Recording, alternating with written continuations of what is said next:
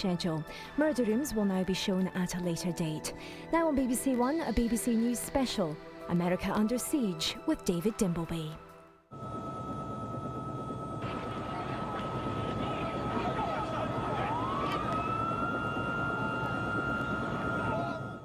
This is the face of warfare in the 21st century. The events today in New York and Washington were so horrifying, it's hard to find the words to describe them. Disaster movies invent acts like these as fantasy, but this was real. 4 airliners hijacked and flown with their passengers and crews on a suicide mission. 2 huge buildings that dominate New York and are symbols of America and the developed world's prosperity, destroyed by the impact of the crashes. New York experiencing the kind of shock that will change that city forever, and America too, a country that's always behaved as though this kind of terrorism could never really affect them. How could this have happened? Why did it happen? Could the same thing happen here or anywhere? And how will the United States ultimately respond? This afternoon in New York, it's 3:30, those buildings are still smoking. And before we start discussing the issues behind this, David Loyne has a report on the day's events from this morning when the crashes occurred, and these reports include some scenes that may distress you. It came out of a clear blue sky on a mild fall morning in Manhattan. At first, no one knew what had happened. Could it have been an accident? Surely nobody would fly into the twin towers of the World Trade Center on purpose. But as soon as the cameras were set up, they caught the full, startling reality of what was going on.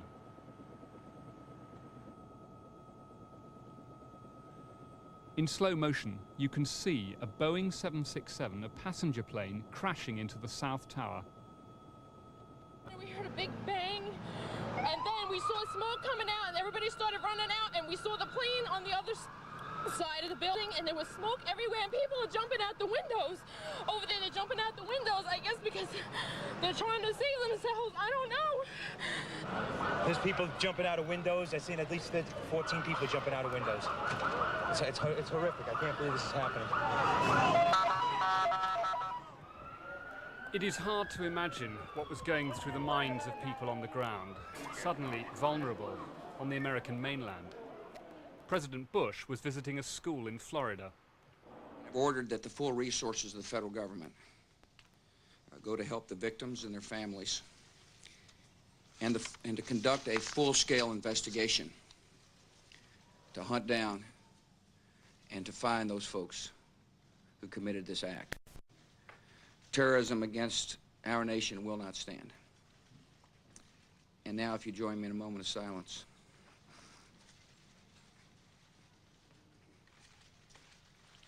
May God bless the victims, their families, and America. Thank you very much. But it wasn't over, not by a long way. Almost as soon as the president had finished speaking, another airliner crashed on the Pentagon, the headquarters of the American Defense Department, causing panic in the nation's capital, Washington, D.C. The White House was evacuated, and there was a car bomb attack on the State Department, which runs American foreign policy. Back in New York, firefighters went to the basement of the World Trade Center, wondering if the building above them was safe. But the nightmare went on, and it was all live on American television. First, one of the Twin Towers collapsed. Thanks very much. Collapsed. The whole side has collapsed? The whole building has collapsed. The whole building has collapsed? The building has collapsed. That's the southern tower you're talking about. Exactly. The second building that we witnessed the airplane enter. The emergency services had cleared an area around the towers, but they'd not yet succeeded in evacuating the building. The people still inside had seen the other tower go and waved in desperation. Some couldn't wait to be rescued and jumped, although still 100 stories from the ground. But then the second tower collapsed. BBC correspondent Stephen Evans had run from the World Trade Center. People were just standing around, talking to each other, nodding their heads. Oh my God. We gotta go. Right, well, sorry, it's going down. It's going down. Don't worry, it's going going down. It's going Okay down. from here. But you need him to shoot. Sorry, it's not my job. Swamp, get in the building, quick! And then the World Trade Center, proud symbol that it was of the wealthiest city in the world, was no more. At that time of the morning, there would have been about 10,000 people in each tower of the World Trade Center and thousands more in the Wall Street financial district around it. The emergency services have been doing what they can all day, but they are overwhelmed by demand in an atmosphere of terror. Every airliner in the air across America was ordered to land at the nearest airport. A plane crashed in Pittsburgh. As smoke blew across Capitol Hill, the heart of American democracy, it is clear that this is the biggest attack on America since Pearl Harbor. Once again, we see terrorism. We see terrorists, people who don't believe in democracy, people who believe that with the destruction of buildings, with the murder of people, they can somehow achieve a political purpose. They can destroy buildings, they can kill people, and we will be saddened by this tragedy, but they will never be allowed to kill the spirit of democracy. They cannot destroy our society. They cannot destroy our belief in the democratic way. This is what's left of the World Trade Center. It looks like a battlefield, and it is, but in a war which America cannot fight with the weapons they have. In a brief break in the day, firefighters could embrace each other, but it will be many hours before their work is done, and many years before the full story of what this day means is told. Now with me here, and I'll be talking to them in a moment, Professor Gallia, who's an expert in fire safety and knows about how the time it takes to evacuate a building like that, and David Learmont of Flight International. But I want, first of all, to go to the BBC's New York business correspondent, Paddy O'Connell, who was there today. Where were you when this happened, Paddy? Personally, I was in the subway. There's an economic conference on at the World Trade Center that we were attending. In a moment, more from my colleague Steve Evans, who you saw briefly there, who was in the Trade Center when it happened. I was on the subway and my whole morning was spent with people trying to get away from the scene. Did you hear anything at the time? Did you know anything was happening? Yes, it was just as the skyline has been altered, it became clear that this is a city whose lifestyle is being altered as we speak. The transportation system ground to a halt. Phone calls were useless. You couldn't use cell phones. I went into a shop to try and use their phone. There was a line of people trying to use it. Then the line went dead.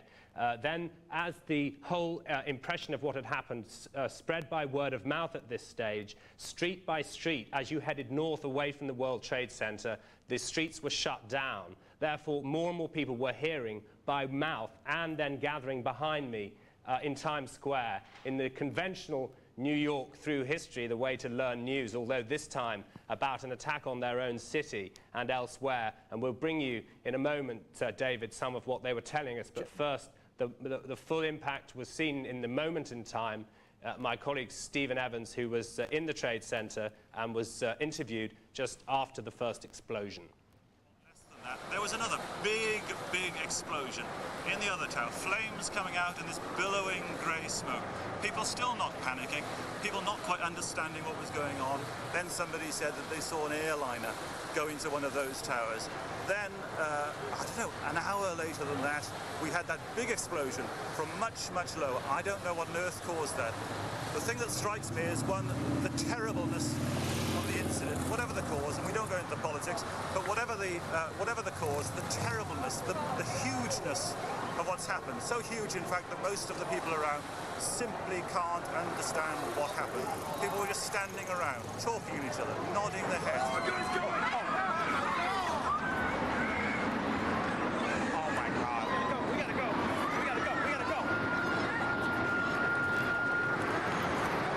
Oh my God. These pictures then of the immediate aftermath. David, behind me in Times Square, phalanxes of people all day, tourists and people headed north, remember, trying to get away, to get home, and at the moment they're stranded. They were speaking to us, giving their reaction on what had happened in their city. I'm glad to be alive. I mean, there was a total stampede of people. I fell a couple of times, got, slightly trampled, but I walked away with just a you know, a scratched knee. So I'm just trying to get home right now to be with my family. Were you working downtown? Is that what? Yes, I work on Wall Street, 14 Wall Street, and it's the devastation is unbelievable, and I'm quite sure that the loss of life is enormous. It's a very densely packed area down there. Were you with people you knew? Did you lose people at the moment you can't find? Get in touch Currently, with? right now, there is a friend of mine that worked in the second tower, and I tried to call her this morning when I heard about the first plane crashing into the building, and I have not been able to reach her. We still don't know the magnitude of it, and it's just horrible. Do you live and work in the city? I work in the city. What's your day been like? Chaotic. Everyone fleeing from downtown, getting as far away from the chaos as possible, and not knowing what's going to happen next. Just horrible. Where did you go first? Where were you when it happened? I was in Midtown, and I walked towards Central Park with hundreds of other people, just going away from the chaos of Wall Street. We're in shock. I mean, the enormity of it and the you know, the significance of it hasn't filtered through yet, I don't think. But everyone's walking along. I mean, I walked up from 25th Street up Broadway, and I mean, people are walking around in shock, you know, literally. Do you think it's going to be long for that to turn to anger among people? No, I don't, actually. I think that reaction will happen pretty quickly. This is like Pearl Harbor. This is like an act of war. And I think that whatever retribution they can, I mean, I'm eye for an eye, you know, and all that, but something's got to be done. You know, we can't live like this. I mean, this is the capital of the world. More business is done here between 60th Street and downtown Manhattan than any place else in the world. The whole world is responsible for this area here. I checked on every single person I know. The co-worker I work with, she was very distressed. Her boyfriend she works on the 92nd floor, and she hasn't heard from him ever since. And we've been talking for like about 4 hours, trying to get in contact, and she hasn't seen him. She hasn't heard from him. So other than that, my family's good, but I don't know how she's gonna do. It's unbelievable.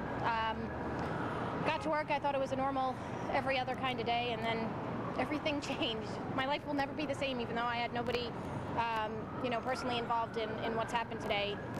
I don't think things can ever go back to the way they were. So I'm...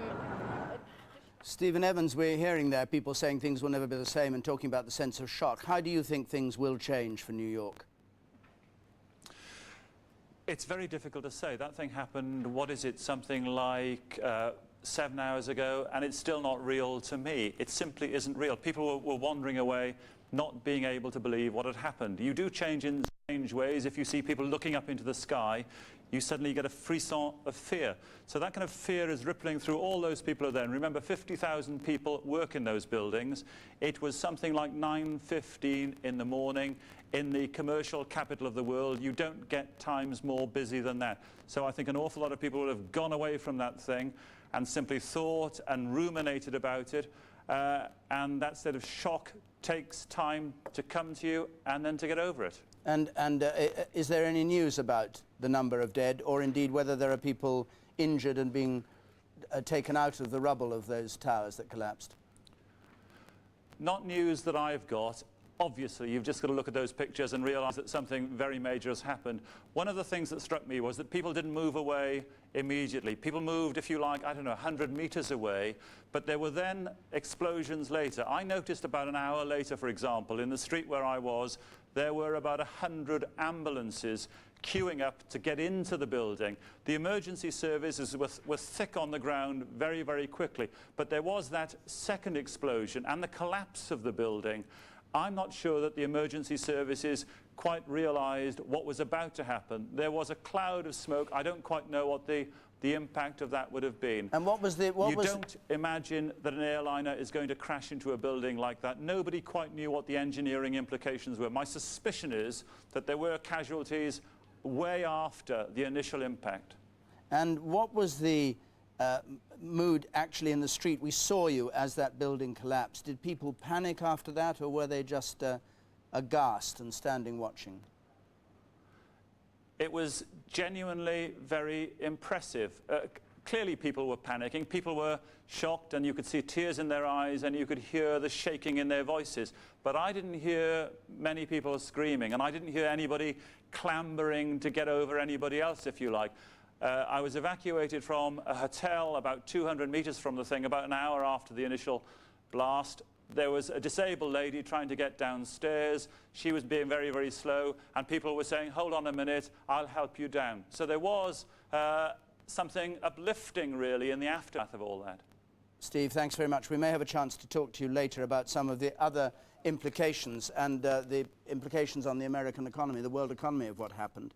But I'm joined now by Professor Galea, who's an expert in fire safety, and the specific thing I wanted to ask you about, because I know you've studied the time when the World Trade Center was bombed and the time it took to get people out. In terms of what happened today, would it have been possible to evacuate those buildings between the time that the aeroplane crashed into the tower and the time that the towers collapsed? Well, going back to the experience of the 93 bombing, the first tower that actually took the brunt of the explosion, about 50% of the occupants of that building took between 1 to 3 hours to get out. Some people took considerably longer than that, aged people, disabled people and so on, but about 50-odd% of the people required up to 3 hours to evacuate. Now the building collapsed in a good deal less than 3 hours. So I would suspect that a lot of people would have been caught in the building. It's such a huge building. When the airplane struck it, would people have realised what was happening, or would some people have been completely ignorant of what was going on until the building collapsed around them? They're both extremely large buildings. They're 110 stories, a quarter of a mile high. A lot of the people in the building, in fact the majority of the people, wouldn't have realised what was going on. They would have felt a shudder, they would have heard the explosion, but they wouldn't really have realised what was going on. And so a lot of the people would not have reacted as you would expect them to get up and leave. A lot of people would have been wondering what was going on, getting onto the phone, looking out windows, trying to find out what was going on. Again, going back to the experience in the 93 incident, on average, it took 15 minutes for people before they actually decided that something was going on that they needed to evacuate. And are you saying that even if people wanted to get out, and even if the escape had been planned, it would still take 2 or 3 hours to get everybody out of a building that size? It would take that long to get out. The buildings are not designed to evacuate the entire population of the building immediately. The evacuation strategy would be to, in the event of a fire, to evacuate the fire floor, the floor above, and 3 floors below, and everyone else is expected to stay in place. Professor Galea, thank you very much. Well, let's turn and talk about the other aspect of this, the 4 aeroplanes that were hijacked and used for these attacks. 4 American airline flights destroyed, with all their passengers, with the flight attendants, with the pilots. 2 of them were American Airlines. Flight 11, a Boeing 767 with 81 passengers, which crashed at first into the World Trade Center. Another, Flight 77, a Boeing 757 from Dulles Airport near Washington on its way to Los Angeles, which crashed into the second World Trade Center tower with 58 passengers on board. And then a United Airlines flight 175, which was bound from Boston to Los Angeles, carrying 56 passengers. That was the one that crashed into the Pentagon building. And then the United Airlines flight 93, a Boeing 757, which crashed southeast of Pittsburgh while en route from Newark, New Jersey to San Francisco with 38 passengers on board. Now, I'm joined here by David Learmont of Flight International and by Chris Hodgkinson, who's an airline pilot. One can only imagine the horror of what went on in those planes. A lot of speculation has been that the people who hijacked them actually took over the controls of the plane and flew them into these towers. Do you agree with that? I would go along with the fact that they probably, the people who hijacked the aircraft may well have been those who aimed the aircraft at the buildings. But remember, we've never seen hijacks like this before, and the pilots will not have been ready for anything remotely like this. The hijackers may have acted to start with like ordinary hijackers and used the pilots to navigate them to, let's say, take me to New York. As you recall, one of the flights took off from Boston and ended up hitting the towers in New York. So they may well have pretended to be ordinary hijackers who wanted a destination. Then, when they got there, it would have been easy to have disposed of the pilots, you know, got them, either shot them, or whatever weaponry. We don't have any idea of what weaponry these people had to threaten the pilots with, so we don't know exactly what the pilots underwent. But air controls are sufficiently intuitive that even a relatively untrained person, if their only task was to aim at something and hit it, they could probably have done that. Chris Hodgson, would the people controlling these flights, after all, we're talking about an area which probably has more flights in it than any other part of the world almost, except for the surrounds of Heathrow, would they have known what was going on, had any inkling of what was happening, or would these be planes that just disappeared from their control? That, I'm sure, remains a matter of conjecture at this stage. What the air traffickers thought, I'm sure, will come out in the inquiry, but I have no indication at this stage as to what are pilots trained to do in circumstances like this? The training that a pilot is given is basically to use his common sense. It's extremely difficult to control security once people are on the aircraft. Someone made a comment to me earlier this evening. Aircraft security stops at the aircraft side, and I would suggest that for the vast majority of airliners in the world, that is the case. You then have to judge the situation, the captain has to judge the situation as he finds it, and act accordingly. But are you critical of the security controls in the United States? Because you think that could have happened from Heathrow or from any European airport? Security is very good generally. Around the world there are one or two places which is not quite so good, but I would suggest to you that if a determined effort was made, it is practically impossible to stop it, sadly. David Dimbleby, do you agree with that? That you could, that an armed gang of hijackers can get on any plane anywhere in the world? It is absolutely staggering that 4 hijacks should be able to take place in America all at the same time, all coordinated. Now, there's a great anomaly with American security. In President Clinton's first term of office, he actually set up a commission under Vice President Gore to study the needs for aviation security in America. And this, the report suggested a major ramping up of aviation security throughout throughout America, domestic America, and internationally. Now, it was fully implemented for their international flights, but the airlines who operate domestically protested that it would slow the system down too much. So the government listened to them and did not ramp up security internally. And all these flights, it is not an accident that all these flights were domestic flights. That was America's weakest point, and the terrorists knew this. And they just didn't take the threat seriously in the United States? I'm not saying there's no security on domestic flights in the USA. That's not right. You will have your bag x-rayed, etc., but you've no idea the difference between domestic air travel in America and domestic air travel in this country or in Europe. It's much more a sausage machine over there. Everything is processed very much faster, very much more peremptorily. The aircraft are turned round very much faster. The whole thing is geared to speed. It's much more for an American who travels regularly domestically, like getting on board a bus. It is an everyday occurrence. So it would have been much harder to have done this kind of thing in Europe? It would have been, in the United States, is your opinion? It's not impossible to do this anywhere. I don't think it was an accident that they didn't try to do this with an American international flight, because security on American flights internationally is very good. And certainly security even for domestic flights in Europe is a lot better than it is on domestic flights in the USA, and this is now going to change forever. David, thank you very much.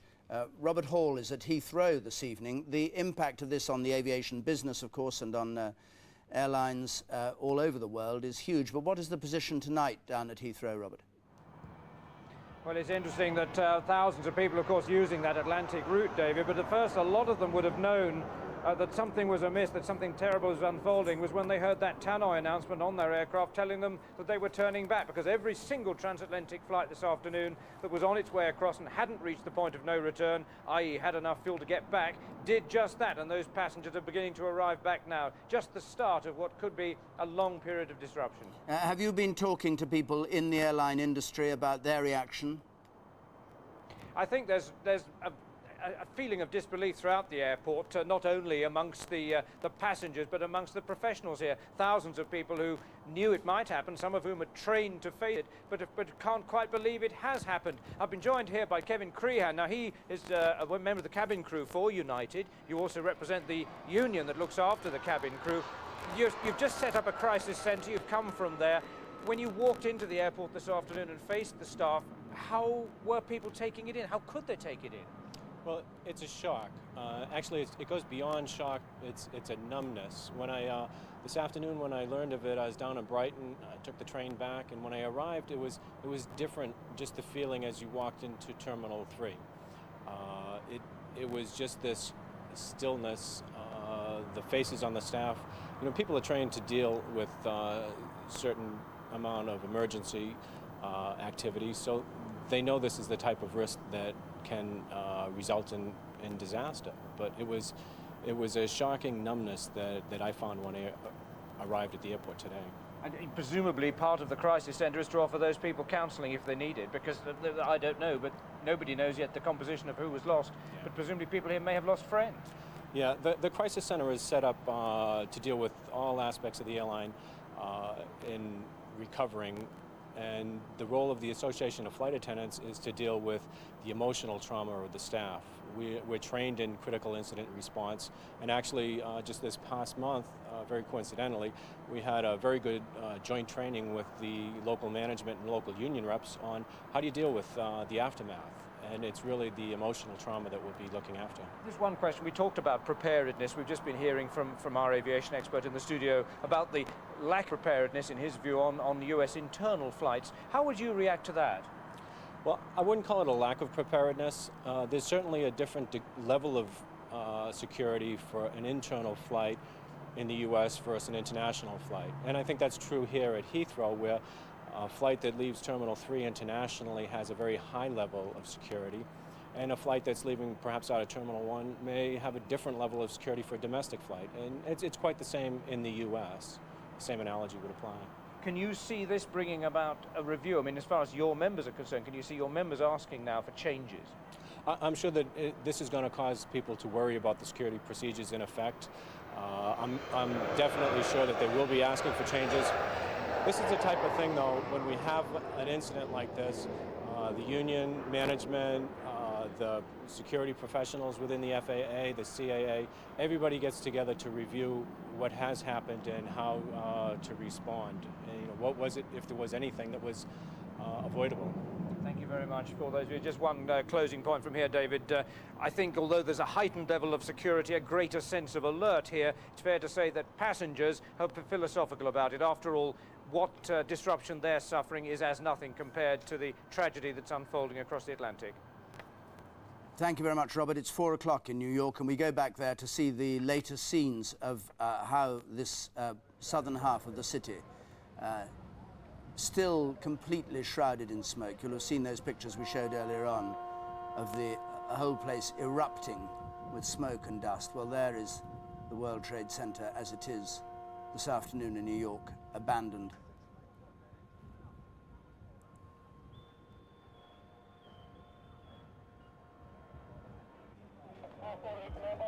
It's like the scenes from bombing in the Second World War, even perhaps of Hiroshima. They're not on that scale, but it is the most devastating. I said at the beginning, this is 21st century war. What we don't yet know is who's behind it all. Two extremist Palestinian groups already denied that it was them. American intelligence has said their suspicions have already fallen upon one man, the Saudi dissident Osama bin Laden, who's been public enemy #1 in the States since the revelation that he was behind the World Trade Center bombing 8 years ago. Now, Panorama's reporter Jane Corbin has actually been on bin Laden's trail for the last few years. He's the world's most wanted man with a $3 million price on his head, accused of masterminding a series of terror attacks. Osama bin Laden, a man born into a wealthy Saudi family who rejected his heritage to form a revolutionary organization, Al-Qaeda or the Base. From his hideout in Afghanistan, Osama bin Laden's mission is to provide the ideological encouragement and sometimes the cash and the logistical support behind attempts to bring death to America and American citizens around the globe. 3 years ago, his organization was behind the bombing of the US Embassy in Nairobi in Kenya. 6 Americans died and nearly 200 Africans, many in a 23-story building alongside the embassy, were killed. As the emergency services rushed to the scene, came news of a second bomb exploding almost simultaneously in the US Embassy in neighboring Tanzania. It was proof that Osama bin Laden could organize a sophisticated series of bombs. 2 men were picked up within days of the bombing, Mohammed al-Awali, a Yemeni, and Jordanian Mohammed Odeh. They admitted they were working for Osama bin Laden, who's always made clear he believes the US is a legitimate target. They are the spearhead that has killed the people of this religion. Every effort that is made against America and the Jews yields positive and great direct results. He who can kill an American soldier, this is much better for him than expending his efforts on other matters. Last October, those words of Mr. bin Laden seemed to have been acted upon when terrorists blew themselves up in a boat alongside an American warship, the USS Cole, in the port of Aden in the Yemen. 17 sailors were killed and 38 injured. The inquiry into the bombing is still going on.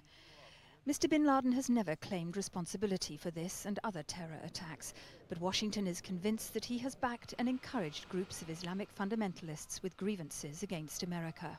He always deliberately maintained his distance from terrorist attacks. When you look at Osama bin Laden and his network, his financial network, it's rather like peeling an onion, skin by skin. But perhaps the strongest indication that Osama bin Laden may be behind today's terror attacks is the involvement of his organization in the bombing of the World Trade Center 8 years ago. 6 people died in that explosion, which did limited damage to the building. When the master bomber, Ramzi Youssef, was caught, he was found to have names in his notebook which matched people in Osama bin Laden's terror network. We knew at the time that Ramzi Youssef and his associates had outside support. They had to have finance, logistical, training, and other types of support. And now it appears very likely that the bin Laden network was the ultimate supporter of that operation and the planned follow-up operations. Jane Corbin, well, I've been joined by a number of other guests I'll introduce in just a moment, but Jane Corbin, on the bin Laden connection, it's always very dangerous to leap to a conclusion within hours of something happening, but is there something in what happened today that makes you think that he's the likeliest suspect? Well, as you saw in that report, his followers were believed to be behind the World Trade Center bombing 8 years ago. And the investigators told us that they actually found a lot of evidence to suggest that those bombers were planning a much bigger attack on New York to paralyze it in effect by targeting tunnels, railway lines and bridges. And perhaps most significantly of all, 11 planes, it was planned, would be hijacked and blown up on the ground. Now, you know, I think one has to realize that that was obviously going to be a very big operation. They didn't succeed in it, and what we've seen today has involved a lot of planes in a series of explosions, and I think a lot of people will draw some parallels between perhaps a failed attempt 8 years ago and replanning for today. And are you surprised, if it is him, that it was possible to do this without any intelligence apparently leaking, or were there signs that something was afoot? There were signs coming from papers in the Arab region about 3 weeks ago that he had said to followers that he was going to have a big push against America, that a big attack was in the offing. And certainly intelligence agencies in a number of countries were warning people of this. So there seems to have been some indication that something was in the offing. And of course the thing about Osama bin Laden is it's very difficult to pin him down with his connections to myriads of groups, because of the way he operates, which is to give backing, encouragement, but to stay back from the operation, while very small groups allied to a number of causes and a number of grievances, actually go out and do the bombing. Well, if this is the correct explanation of what happened, what is his motivation? What's behind it? What's he trying to do? He became involved in Afghanistan, where he lives now, when the original Afghan freedom fighters, the so-called Mujahideen, were fighting against the Soviet invasion. He's a Saudi, and when the Americans came into Saudi in the operation to liberate Kuwait from Iraqi control, Osama bin Laden was enraged by this. I think he saw it as a form of imperialism, and since that day he declared war on America. So the motivation is quite hard to pin down, but there seems to be a great anger at the root of it against America and, of course, against Israel, where, of course, it finds a ready response in a number of Arab countries and has done in recent months, where we've seen an upsurge of violence in the Middle East. America's tried previously to find him and kill him. Is there any hope they can catch him, or is he so well concealed in Afghanistan or wherever he is that won't prove possible? Well, of course, after the Nairobi bombing, they did bomb a number of his training camps in Afghanistan. They failed to get him. He's under the protection of the Taliban, who have resolutely refused to give him up. He is obviously a man, a fugitive, who lives in this way. It's not going to be easy. Jane, thanks very much. Let's join Jane Stanley now, who's in New York this afternoon. Jane, good afternoon. We can see the smoke still billowing out behind you. Has the mood changed in New York in these 7 hours? I don't think it has really. It went from a very early disbelief as these events unfolded live on American television screens. People saying, oh, this is like a movie. I couldn't believe that this would happen. And I think then to utter horror as the Twin Towers collapsed. And the only change really, I think, has been a deepening of the sickness that people feel here, a deepening of the fear, because as we can see with the smoke still billowing out of the World Trade Center and the horror that lies underneath that rubble, people are very frightened about what is going to be found there, because we still have no idea of fatalities. On casualties, we know 600 people are in the city's hospitals and 1,500 more are being treated at a tent hospital set up in Liberty Island Park out in the Bay of New York. But still, no way of coming to terms with something like this. Are the rescue services at work on the site, on the rubble of those two huge buildings, or is it a place it's impossible to conceive anybody could remain alive underneath? It's hard to know, because behind me, where the Twin Towers are, just beyond that, the mayor of New York, Rudolph Giuliani, has actually closed down the majority of the city. He's just forced a line, and everyone else has been evacuated out. We see behind us regularly coming ambulances, sirens wailing of people. We really have no idea who's being taken from the scene. But of course, rescue efforts are still going on. But when you think of 110 stories, 2 towers falling down, it's a huge area that will have been devastated, very hard to get at. And of course the city, the Red Cross here, appealing for blood donors, people being treated for burns, but kind of as the downtown area, the financial area of Manhattan behind me has been closed down, in many ways so has the information network. For example, we're hearing nothing at all on fatalities. Perhaps it's too horrible for the authorities here to even contemplate yet. Jane, thank you very much. We know perhaps slightly less about what happened in Washington at the Pentagon building, where a plane also crashed into the side of the building there. And of course, as in Manhattan, many people already at work. People go to work at 7:30 in the morning, and it was already 9 o'clock before this plane crash happened. And then the fourth plane, which one congressman has said may have been on its way to Camp David when it crashed. Though we don't know anything about that. But Tom Carver is in Washington and has just been to a Pentagon briefing. Can you throw more light on what actually happened at the Pentagon as a result of that crash, Tom? Actually, in fact, it was a White House briefing. So let me just tell you what President Bush's movements are at the moment. He is at an Air Force base, a remote Air Force base in Nebraska, and within the next hour, he is going to be convening his National Security Council by phone. We understand that Dick Cheney will be heading the National Security Council meeting in the Situation Room in the White House just behind me here. That's basically the war room underneath the White House. With him is Condoleezza Rice, the National Security Advisor, and the Secretary of Transportation. Donald Rumsfeld, the Secretary of Defense, will be at the Pentagon and also obviously taking part. And they will essentially be assessing the situation, trying to diagnose who carried out these attacks and what the response is going to be. Karen Hughes was the White House spokeswoman, and I believe we may have a short piece of video of her. Every federal agency has implemented continuity of operations plans to make sure the government continues to function effectively. While the markets closed today because of the situation in Manhattan, the United States financial system has continued to operate. Banks have been open all day. The Federal Reserve has operated regularly and continuously.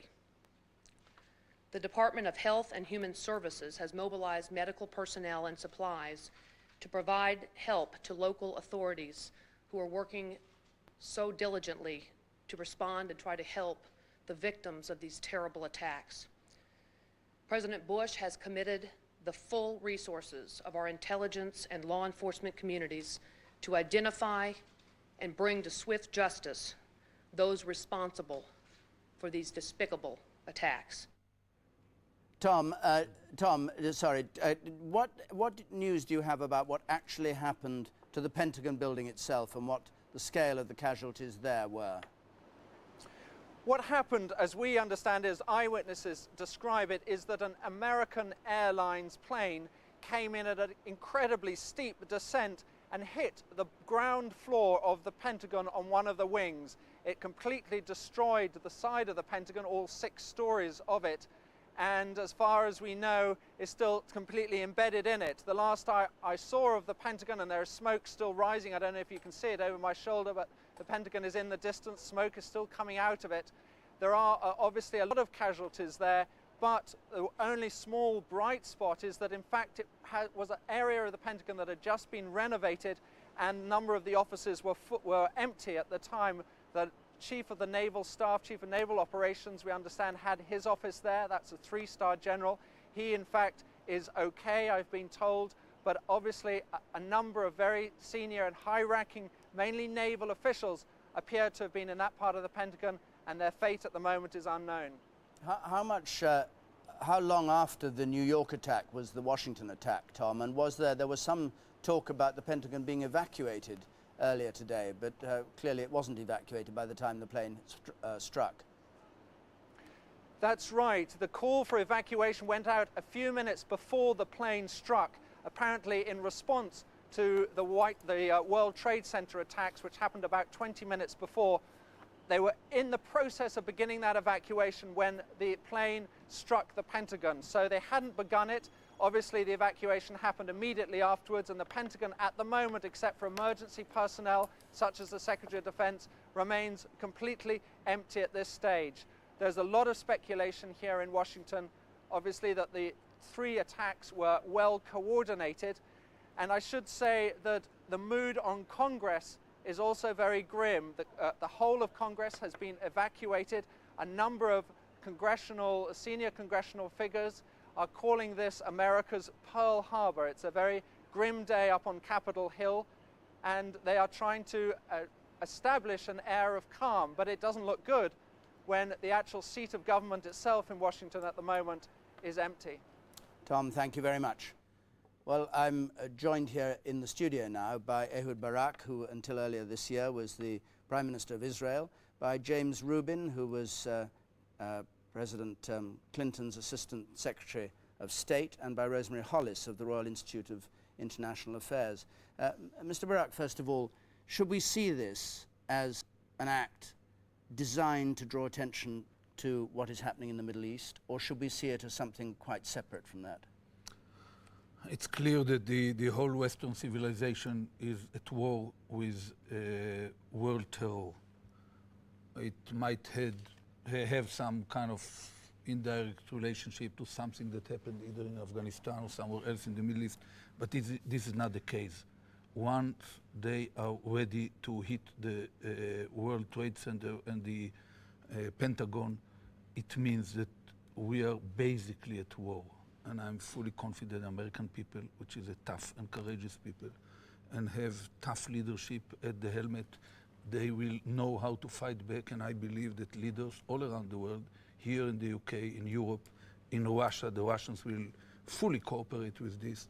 Australia, New Zealand, Japan, Israel, of course, and others should join hands to defeat terror, period. We cannot afford this kind of threat to our whole way of life. I'll come back to that point in a moment. I want to bring in Frank Gaffney, who's the director of the Center for Security Policy, who's in Washington.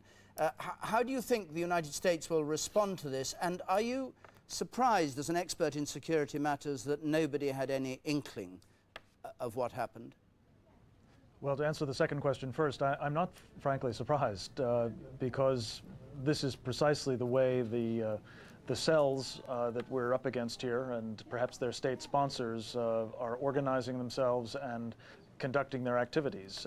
It is purposely designed to keep the lowest possible profiles, avoid signatures, as they say in the intelligence business, and conduct their affairs in such a way that we won't know what's happened to us until it has happened.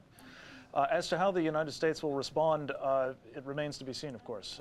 My hope is that, as any number of people have said on this program and elsewhere here in Washington in recent hours, the United States is at war now. And I hope that the President will respond appropriately and accordingly. This is not a matter for business as usual, a judicial process, forensic investigations, and so on. I believe that we have been struck in a way that is probably going to be a precursor to even worse. And it is time for us to act as I think our friends in Israel have been doing for some time, quite correctly, which is to use such intelligence as we do have, to use such force as we have at our disposal to strike at and try to destroy these terrorists and their sponsors before they strike again. But do you know who they are? We probably won't know, if at all, for some time with precision who is responsible for this precise attack. Therefore, I would go after everyone who is engaged in terrorist acts against us, everyone who has made known their determination to do harm to the United States. I think we ought to use this as an opportunity, as has been pointed out by others, to put them on the run. Let them know that they've got no place to hide, and such places that they hide are going to be very difficult places from which to operate against us. We heard earlier on that the United States security in airports was rather lax because there was a feeling that this was the kind of thing that couldn't happen. There have obviously been terrorist incidents in the United States, but compared with the way that terrorism is expected in Europe and in the Middle East, in the United States it's not thought likely. Has this been, in that sense, a big shock? And will the scales fall from America's eyes about their vulnerability after this? Well, I hope the scales are falling from our eyes as a people about our vulnerability in the largest sense. We are, in fact, a target for others' enmity, and they are using the means they have to, and they apparently are going to be a larger and larger set of means with ever more deadly possible effects, including, I have to tell you, missiles that are, I'm afraid, being acquired by some of the same states, some of the sponsors of terrorism, and perhaps even some of the organizations that we're worrying about today. Vulnerability is something this country can no longer afford, either to missiles or to these other kinds of terrorism. Clearly, security at the airports in this country has to be improved. It's been said that some of the employees currently engaged in doing these security searches have actually been wooed away by the fast food industry, which tells you something about the quality and the pay scales that we've been giving to people doing this job. That probably will end, I hope. Thank you very much, Mr. Gaffney. Well, James Rubin, you heard what Ehud Barak said a moment ago about the nature of this terrorism and it being everybody's enemy. If there were peace in the Middle East, would this have happened? Well, I think the short answer is yes. During the time when Prime Minister Barak was in office, or even before him, when the peace process was fairly optimistic, people thought the Oslo process was working. 1993 was the time when the Oslo process was at its highest, and in 95 and 96, when we had great optimism between Israel and the Palestinians, Osama bin Laden was attacking the United States and attacking American interests. He's not interested in peace in the Middle East. He's interested in destroying what is the civilized world. And so I think we shouldn't get our apples and our oranges mixed up. Osama bin Laden is not doing this for the Palestinians. When the Palestinians and the Israelis were closest to peace, Osama bin Laden was still going about his dirty business. So how do you see this as a one-man campaign, obsession with the destruction of America? I mean, it almost beggars belief that one person can get this kind of, without any other rhyme or reason, can get this scale of operation to go, and people to commit suicide themselves in order to achieve his ends. Well, clearly, when we say Osama bin Laden, we need to think a little bit larger than that. What we're talking about is a loose group of organizations funded throughout the Arab world and other parts of the Muslim world who have seen Osama bin Laden as a figurehead. But these are all people who reject the Western civilized way of life. These are people who believe that the United States is the root of evil.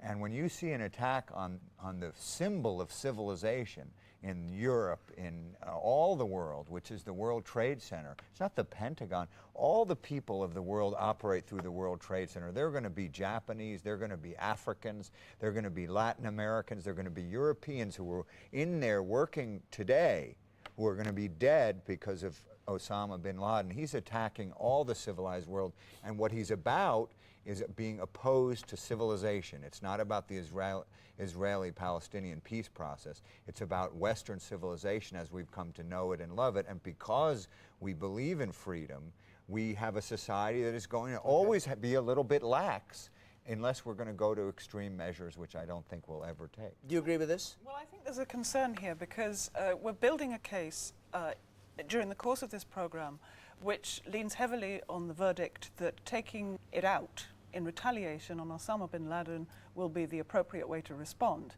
Now, I imagine that means a bombing raid on Afghanistan. What about all those poor Afghans who have nothing to do with Osama bin Laden and who would not be willing supporters of the Taliban government even in Afghanistan if they had any choice? This means, in the terminology of war, collateral damage. This in itself is not resolution of a problem, it's building more hatred and the perception that the United States wields power without compunction. That is something to be aware of. Okay, Ehud Barak. I don't think that the collateral damage is the real issue at stake now. Look at the collateral damage, so to speak, that had happened in the United States. We are dealing with a world effort, not necessarily Osama bin Laden himself. We all know the names of rogue states: Iraq, Iran, North Korea, Gaddafi to an extent, maybe one more. We all know the names of rogue leaders and the name of thugs of terror. And their names are known to the MI6, to the CIA, to the BND, the CM Bureau. And there is a need for joint effort, diplomatic, economic, intelligence-wise, and operation-wise. The same way that our ancestors fought against the piracy on the high seas. No airport and no port terrorists should be allowed to land, and whoever hosts them or directly or indirectly support them should be automatically isolated from the community and family of nations. This is the only way. Without this clarity of purpose, there will be no world order possible, period. Well, we're talking about declaring war, and you're talking about doing it in protection of democracy, and you're talking about sacrificing some of that democracy in the prosecution of that war. Weapons these days are accurate enough. It's not a matter.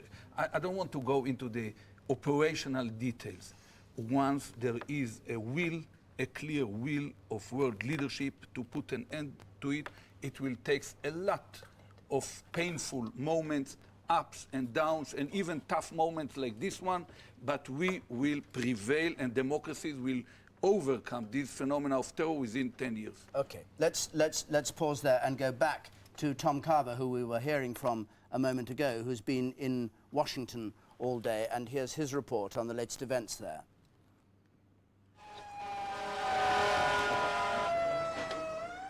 The American Airlines plane slammed into the ground floor of the Pentagon. It was less than an hour after the World Trade Center attack. All 6 stories of the building on one side were destroyed. leaving a massive hole in the military headquarters of the world's superpower.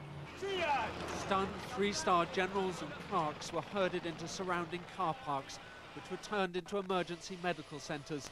The Air Force was activated to shoot down any other plane which came close. This is the first attack on the Pentagon in American history. You could tell it was like a suicide bomber, but I'm not saying it was a bomb, but it was a plane. And it just came, it came streaking down and it hit short. It didn't go into the top of the Pentagon. It came like in short, and then everything sprayed up like a fireball sprayed up on the wall. A quarter of an hour later, a 757 crashed into a field close to Camp David, the president's rural retreat. The president himself was hundreds of miles away in Florida, about to talk to some school children, when his chief of staff, Andrew Card, whispered the news to him. Minutes later, he was boarding Air Force One. Instead of returning to Washington, he went to an Air Force base in Louisiana. Make no mistake, the United States will hunt down and punish those responsible for these cowardly acts. I've been in regular contact with the Vice President, Secretary of Defense, the National Security Team, and my cabinet. We have taken all appropriate security precautions to protect the American people. Washington itself has been virtually sealed off from the outside world. Every federal office has been closed, thousands of workers sent home. Even Congress has been evacuated and shut. It's another Pearl Harbor for this country. And I gathered my staff and we calmly held a prayer meeting, and then I told them to go home. Across the country, banks and schools have been ordered to close. Inner cities are deserted. Many parts of the country have declared states of emergency. There is no air traffic over America at present. All planes have been ordered to land at the nearest airport. A nationwide appeal for blood has gone out. In several cities, the phone networks have been frozen. Here on the eastern seaboard, the motorways are clogged with traffic. If it was the terrorists' intention to sow confusion and panic in America, at least on this day, it would seem they succeeded. Tom Carver, BBC News, Washington. And now we join Paddy O'Connell again in New York with the latest news of what's happening there. Paddy. I think, David, what's becoming clear is that this is not over. That is to say, if you look at the pictures of Manhattan, downtown where it happened, the mayor has evacuated part of Lower Manhattan. That will be no surprise. But if you think back a step as to why, it's because buildings remain unstable. This is the scene around the building that collapsed, but the question being asked is, what about the buildings that were standing immediately after it? Now, I don't, where I'm sitting in Midtown Manhattan, have an answer to that question, but I'm afraid this question is the one that's preoccupying us, because underneath the rubble is the answer to the question, how many people have lost their lives? We know there are displaced people. We know there are disgusted people all across this country, and here there are people trying to get home. But as I speak to you, David, we don't know the answer to the question of the scale of the human tragedy. The analysis, important as it is, will be had, but the figures on people, we just don't know. What sort of flow of information is there? You say nothing is really known, but is everybody, is information still coming out from the World Trade Center down there? We have an unconfirmed report of a building collapse. At times like this, you want to hear directly from the city authorities. I passed one of the major hospitals 4 hours ago. They were shouting for blood donations in the street. And about half an hour later, many of us were reporting that they were looking for blood across the city. So it's a very much of an immediate return to the most basic way of communicating in a city of this scale. People are confused as much as they are disgusted. People are dead and people don't know about it. So there is a stoicism here, I would say. We would be clinging to the word panic and forgetting that people are getting on with it, clearing it up, and angry. But equally, we are focusing in the attention now on what's under that rubble. And here, the situation on Times Square, I don't know if we can bring you, David, the picture behind me. This was full earlier of people. It's now deserted. This makes me think people are heading home. I'm concluding this because one avenue is shut behind me, 7th Avenue, but this was full of around 500 people 3 hours ago. Where have they gone? We think they've gone home, and we don't know the answer to that either. And is there a feeling that America will be able to revenge this in some way, or indeed prevent its happening, anything like it happening again? Or are people fatalistic about it? I think shock has turned to anger already. I heard the first mention of Pearl Harbor was from a man on the street down here. Then we spoke to a foreign policy expert, and you're surrounded by many names that will be familiar around the world, of course, but the person that we were speaking to saying, America will respond to a moment in time. This is a moment in time. It'll be hard for the president to resist some kind of call for action from the world's richest democracy. The question is, of course, and it's not for me to answer what action that will be, but yes, the word on the street from people I've spoken to is they do want action. Paddy O'Connor, thank you very much indeed for that report. Well, there have been comparisons between today's events and the impact on the United States of Japan's surprise attack at Pearl Harbor in World War II. We've heard that said several times during this program. The difference is that then there was an enemy. To suffer the shock without knowing who's responsible or how to retaliate creates confusion and panic, which is exactly what the perpetrators of this atrocity intended.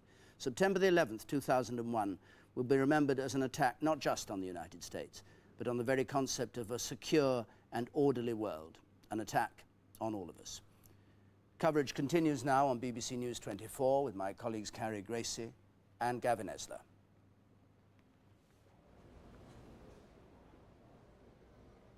You're watching a BBC News 24 special report, continuing our coverage also on BBC One. Good evening. There can be few people now who know nothing of the extraordinary and horrifying events of this afternoon in the United States. Well, for the next half hour, we're going to focus on how Americans first learned of the terrorist attacks, how they were kept informed of the latest appalling details, and how Americans have been reacting. We'll hear from one of the US network's correspondents in New York, from a former White House insider, and from one of the most senior American journalists here in London. First, though, here's ABC News anchorman Peter Jennings as the scale of the disaster began to hit home. That many thousands of people work in the Twin Trade Towers in New York City, many thousands of people at the work in the Pentagon. There have been 2 aircraft at least today which have gone down with passenger loads on board. And in fact, there has been a 3rd crash in Pennsylvania, which I shall bring you up to date on in just a moment. But we've had a written statement from American Airlines this morning, and let me just read it to you, or parts of it as it come. American Airlines confirms it lost 2 aircraft in what it describes as tragic incidents this morning. There was Flight 11, which was a Boeing 767 en route from Boston to Los Angeles with 81 passengers, 9 flight attendants, and 2 pilots on board. That aircraft was hijacked, to the best of our knowledge, and flown into the trade towers in New York. And Flight 77, a Boeing 757, offering from Washington Dulles to Los Angeles with 58 passengers and 4 flight attendants and 2 pilots. That aircraft is a little more uncertain. That is not a huge, it's a big aircraft, 757, but we're not certain whether that's the one that went into the Pentagon or whether it's one of the other aircraft that went into the Twin Trade Towers. But the government has now shut down the entire air traffic system in the United States. Obviously, Peter, I've also learned that one of the planes that went into the World Trade Tower was tracked by the FAA. They knew, I don't know if they knew it was hijacked or if they just knew something was wrong. Obviously, it had deviated from its flight path. They were able to track it on radar, and they did track it to Lower Manhattan. That is the latest we know about the flight. Lisa, this may seem an awfully dumb question, but given the fact that the airlines, the major airlines, operate in such an intensely coordinated way, at least with their own operation centers, how is United Flight 175, a 767 from Boston to Los Angeles, thought to be missing and unaccounted for? Well, all United is saying is that they are, quote, concerned about that flight. What I believe is that probably that flight was hijacked as well, Where it is right now, I'm sure perhaps the FAA, the FBI, and those folks know where it is. We are not being told, but there may still be another plane flying out there that has not yet crashed or landed or whatever will happen to it. But that flight is apparently at least unaccounted for at this time as far as public release. I'm sure someone knows where that flight is. Yeah, okay, thanks very much then. Lisa Stark in Seattle today. I thought she was in Washington, covers aviation for us. Barbara Starr, one of our principal reporters at the Pentagon, I think, is on the line as well. Barbara? Barbara, do you hear me? Barbara Starr? Yes, Peter, I'm standing outside the Pentagon. About 10 or 15 minutes ago, we saw 50 to 75 military personnel move onto the helipad. They are stretcher-bearer volunteers. They have been assembled to go in and recover any potentially dead or wounded. And we have talked to an eyewitness who was down on the helipad earlier this morning, where the fire is, of course, still ongoing. He reported seeing more than a dozen wounded personnel earlier this morning. We have seen ambulances carry people off. About an hour ago, we saw emergency medical personnel bringing out a woman and a small child in their arms. So the situation here remains quite unsettled. Wait, can you describe a little more generally what unsettled mean? Is it calm? Is there chaos? We have had periods of what can only be described as chaos. About 15 minutes ago, security personnel came through again and told us to start running, to move back, that there was another aircraft moving up the Potomac River from the south at a high rate of speed. Well, that apparently did not occur, and we have now moved back to our original camera position. So the police are quite at a point of quite high tension here this morning, and any little ripple is having them move people back to stay away from the building. They are extremely concerned about another attack and a potential additional explosion. They are taking every precaution. Understandable. Barbara, the portion of the building that was breached when the aircraft crashed into it, do you know what happens in that part of the building? Well, we're looking at it right now. Fire trucks are still pouring water more than an hour or better after the explosion onto the flames. This has occurred where the helipad is, a helicopter pad with a small control tower where military helicopters, and including Air Force One helicopters, take off and land regularly. A very senior military official told us he heard an explosion on the 5th floor of the Pentagon, and he believes that that's where the impact was. But looking at the side of the building, you can see smoke and flames, and the building is singed, literally top to bottom. Water is continuing to be poured on the flames by fire companies. Thank you, Barbara Starr, very much. We've just seen a helicopter flying over the center portion of the District of Columbia. Maybe we can get another glimpse at that. It's gone out of frame now. I am wondering now whether or not... Well, that's how our colleagues in ABC News in the United States saw events unfold there. And in the past few moments, we've had some breaking news from the White House traveling press corps who with President Bush, who's in Nebraska. The White House is now saying that President Bush is to fly back to Washington, D.C. from Offutt Air Force Base, which is Strategic Air Command headquarters in Nebraska. He is to fly back to Washington. We're not sure when he will arrive, but obviously we'll keep you abreast of developments. Now, Tom Reed is the London bureau chief of the Washington Post. He joins us here in the studio. Tom, I'm used to seeking your expertise on things, but just let me ask you as an ordinary American citizen what your thoughts are of what we've seen today. I feel horrible. It's horrendous. It's just terrible. I feel that we're at war. I wasn't alive on Pearl Harbor Day, but it feels like Pearl Harbor Day. We lost 2,000 Americans in Pearl Harbor. I'm afraid we've lost a heck of a lot more today. I just feel we're at war. How do you think the operation of the United States government is going to continue? You know Washington very well. It's a small city. They've all gone home. Oh, they can operate the government. You know, they can. We've had these budget shutdowns. We've had reasons why the government didn't operate. It's a little bothered me, I have to say, a little bit that our president was hopping around from Florida to Louisiana to Nebraska. I'm glad he's going back to Washington. I wish he'd gone straight back. Our government will function fine. I'm not too worried about that. It's these people who are dead and the sense that somebody attacked our country. That's what's really scary for me. And my feeling is the only rational response for a government that's just been attacked and had thousands of people killed is to try to fight back. I You're obviously no doubt there has to be some kind of retaliation. I'm in no doubt of that. Yeah, I think if we don't do it, somebody will come get us again. Yeah. The difference with Pearl Harbor is we knew who the enemy was in Pearl Harbor. That launched us into a very difficult four-year war, but at least we knew who we were fighting. Here, we don't know what to do. Now, we're hearing reports that there may be another building in New York which may be about to collapse, which explains some of the terrible difficulties the emergency services are having there, right on the southern tip of Manhattan, right beside the World Trade Center. Tom, the World Trade Center is one of the obvious symbols, not just of America, but of world capitalism, or how the markets work in this country. The Pentagon is the clearest symbol of American power. Yeah. It's fairly obvious whoever did this was deliberately trying to humiliate as best they could the United States. Well, absolutely. And also the World Trade Center, if you happen to have an airplane, is probably relatively easy to hit. But it is reminiscent of that awful day in '98 when two of our embassies were hit within 2 minutes. Clearly a coordinated attack, and it takes, this requires a lot more coordination, I would say. So it's really horrendous. Now the other building in Lower Manhattan, I think the World Trade Center, we know the two towers, but there are about 6 buildings that are all part of the World Trade Center. They're all pretty close or even connected. So I wouldn't be surprised if fire had spread from one to the other, and those are now going.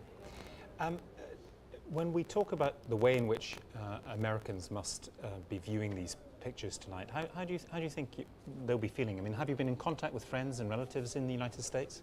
Well, yeah, I have 2 kids in America, and my wife and I had a pretty frantic time finding them and making sure they were okay, which they were, thank God.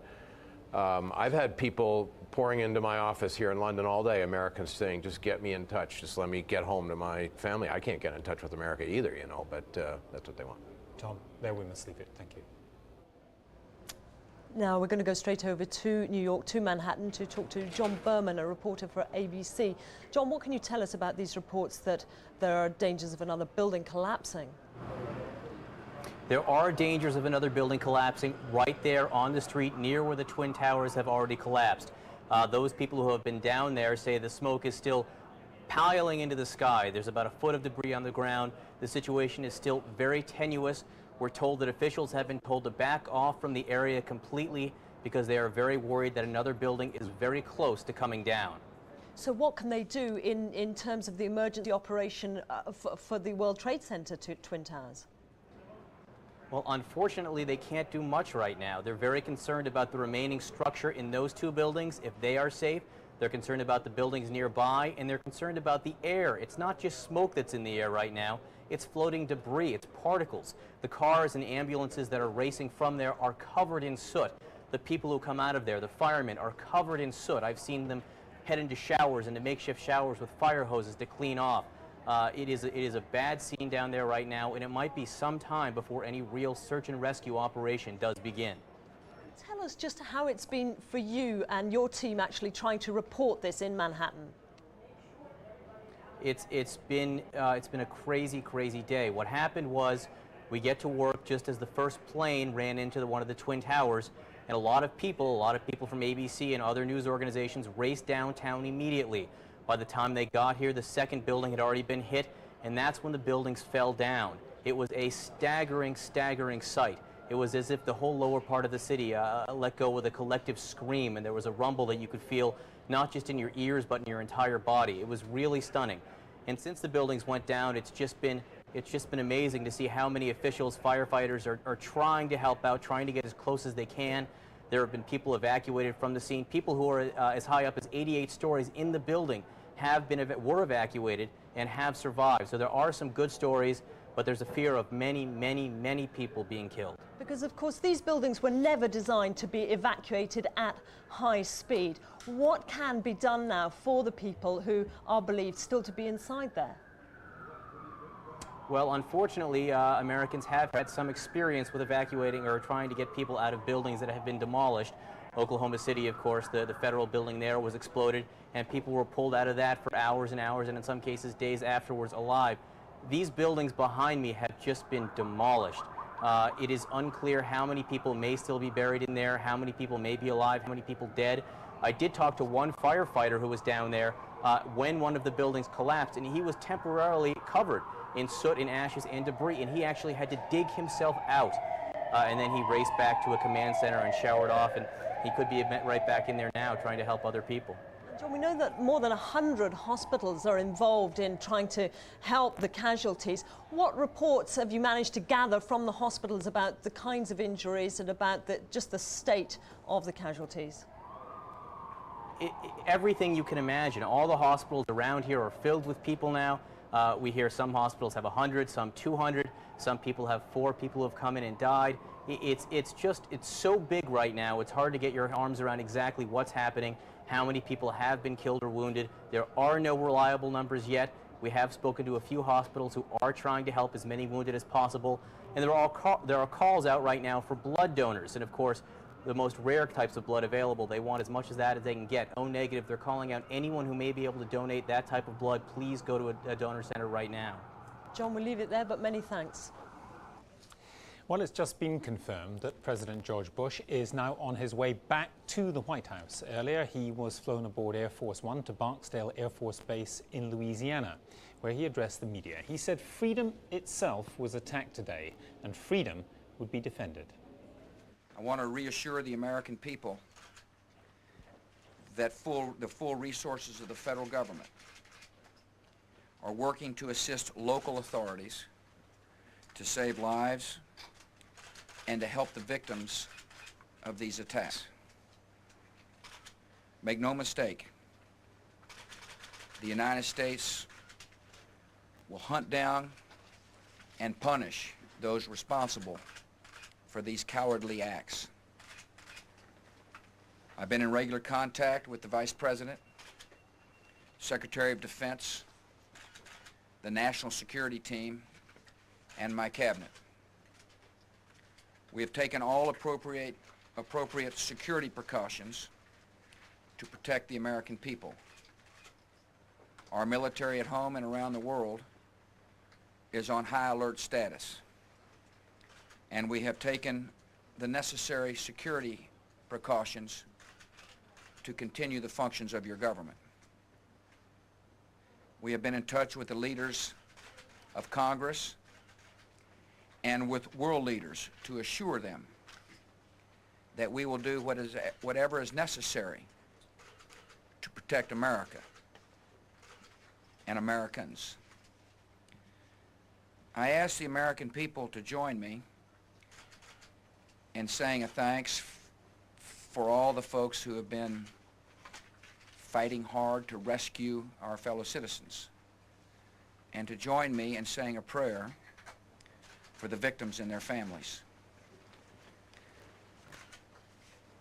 The resolve of our great nation is being tested, but make no mistake, we will show the world that we will pass this test. Well, I'm joined now by the former U.S. Assistant Secretary of State, James Rubin. James, this is obviously, nowhere was this envisioned in U.S. counterterrorism scenarios. Why not? Well, I think there's a limit to how many scenarios you can predict. I think recently most of the scenarios were focused on weapons of mass destruction, missiles. President Bush's focus on a missile defense to protect against countries with missiles and weapons of mass destruction. This is showing that the vulnerability of civilized societies to far less than advanced technology, but rather to the brute force that must have been involved in taking over these airplanes and forcing them to fly into the planes. Because this is extremely low tech, isn't it? It's using an aeroplane as a bomb. Exactly, and so this really is, I think all the words have been used hour after hour today, and I'm not going to try to match them other than to say that I believe this was an attack not just on the United States, but on the civilized world. The World Trade Center is a symbol of commerce and intercourse between nations. You're going to find Japanese and Chinese and Italians and Europeans and Latin Americans, people from all over the world who are going to be in that building today, who are going to be killed by these terrorists. Indeed, but it is also a telling symbol, these buildings, the Pentagon as well, of American military and financial might. Couldn't have been a greater humiliation for the United States. Well, you know, the United States during World War II, there was a famous line that they've woken a sleeping giant. I think people in Europe have understandably questioned the willingness of the United States to act abroad, to lose lives in battles, to send their troops into Macedonia or Kosovo. What they're going to find is the American people are going to respond to this, and they're going to be very, very, very angry, and they're going to try, when they can identify who's responsible, to make sure they pay a price. That's interesting, because that's the other telling parallel with Pearl Harbor, the parallel that everybody's talking about today. It's not just the surprise, the shock, the sense of vulnerability on America's own soil. It's this sense that, you know, the world's problems are our problems. We can't just avoid them. Exactly, and I think the reason why I keep focusing on the World Trade Center, number one, is because that's where the bulk of the damage and the terrible destruction is, because that's a symbol of the entire world. It's not just the Pentagon, it's not just the United States. The World Trade Center in New York is the financial and industrial capital of the planet, and this was an attack on all of our societies by these cowardly terrorists. And James, just one very brief final one to finish. The anger is not just going to be focused abroad, is it, or whoever perpetrated the act. It's a question of intelligence failure, isn't it? We've seen already some congressmen saying today this is a day of disgrace for America's intelligence services. Well, I don't have access to intelligence the way I used to, and but having worked in the government, I know this may not be very popular. I'm not really that big on the blame game. I think there's been a policy failure of all the major nations of the world, including the United States, in not realizing that this danger that we faced from terrorist cells is one that required extraordinary determination, resources, and spending. Because ultimately, if you have cowardly people who are willing to send suicide bombers in to kill innocents, no matter how much money you spend or no matter how good your intelligence is, there's a limit to what you can do. James, there we have to leave it. Many thanks. Well, we're hearing that people are still being rescued from ruined buildings in New York. Here's the experience of some of the people caught up in the attacks.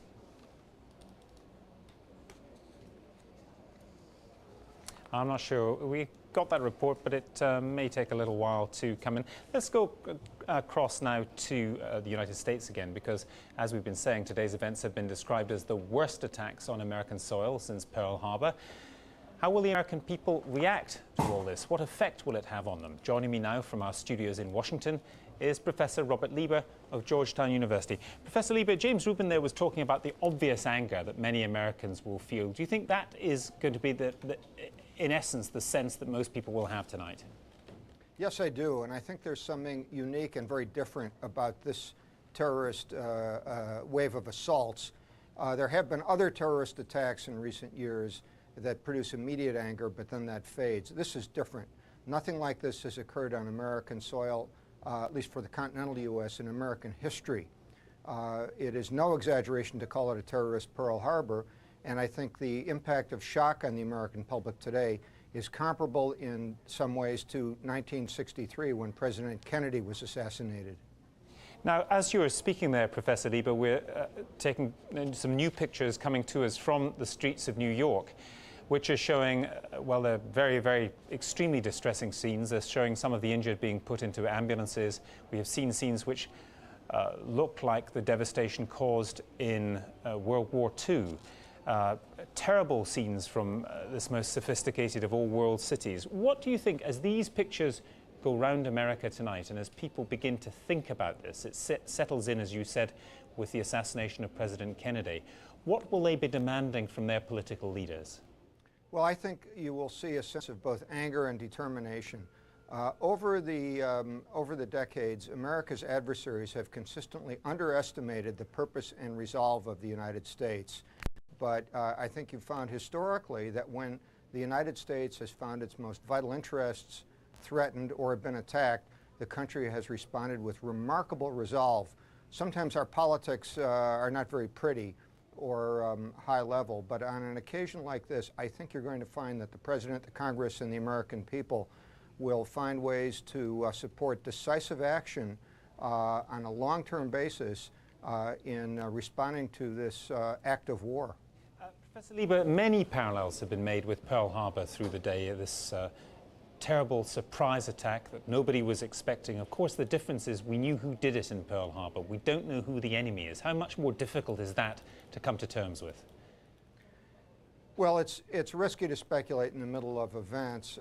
One thing I think is not unreasonable to say, though, is that an action of this sort would have required a very extensive terrorist network and support, almost certainly by a state, not just a bunch of bearded guys with Kalashnikovs, to hijack at least 4 planes at the same time, to have terrorists, pilots who could fly large passenger aircraft, to coordinate actions in New York and Washington, to resolve on the timing, to keep it secret, to have concealed identities and whatnot. This is not a small operation. There is bound to be, almost certainly, the hand of a country behind this. And I think sooner or later the details will emerge. When they do, I don't think you're going to find something like an antiseptic strike with Tomahawk missiles, but something much more sustained, intense, and long-term. Professor Lieber, again, as you're talking, news is continuing to come in, as you can imagine. We're now being told that yet another enormous building in New York has collapsed. It is the 47-story Salomon Brothers building, which was situated very close to the World Trade Center, right there in this financial capital. Professor Lieber, the implications of what you are saying is that this will absolutely be seen as an act of war by the ordinary people of the United States. Never mind the fact the military is on alert, ordinary folk will feel this is an act of war. Absolutely. I mean, I think in terms of coherent policy, you know, during the last decade, the United States has not had any kind of overarching sense of threat of the sort that it had during World War II or the Cold War. That's changed. When at the level of the man on the street or the woman on the street, they sense something with a very real, immediate, and durable impact, then you've got an entirely different situation. This reverberates around the country, not just in New York or Washington. There are hundreds of people who will have lost friends and relatives in California. Those planes were destined for San Francisco and Los Angeles. There are people across the country who will be immediately affected, and the symbolism of this is extraordinary. So I think the long-term impacts on policy are very great, and we will have crossed a watershed with these terrible assaults of this morning. Professor Lieber, thank you very much for joining us from Washington. Thank you. And people are still being rescued from ruined buildings in New York. Here's the experience of some of the people caught up in the attacks. The plaza we were on. It was complete dark, there is no light. So, thank God somebody with little light came up because we couldn't even see what's happening. We all, you know, with dust and debris and... How'd you get out?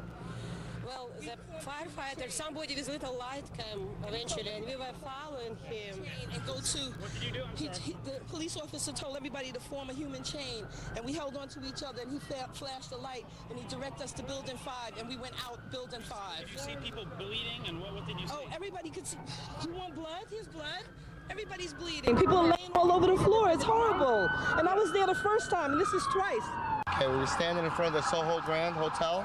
And the doorman, I'm with the fire alarm company, the doorman goes to me, wow, I never seen a plane flying so low.